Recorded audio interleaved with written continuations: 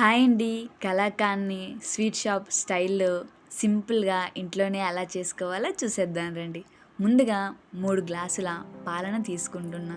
పాలను stove on చేసి stove పైన పెట్టుకోవాలి. ఇలా 3 గ్లాసుల పాలు అనేవి ఒక గ్లాస్ పాలయ్యేంత వరకు మంచిగా మరిగించుకోవాలి. మధ్య మధ్యలో కలుపుకుంటూ మరిగించుకోవాలి.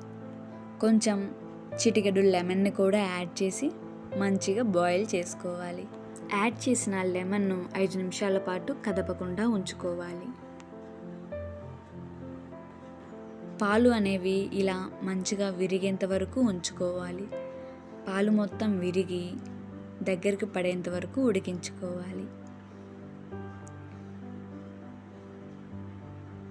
దీనికి సరిపడినంత పంచదారను కూడా యాడ్ చేసి మంచిగా కుక్ చేసుకోవాలి.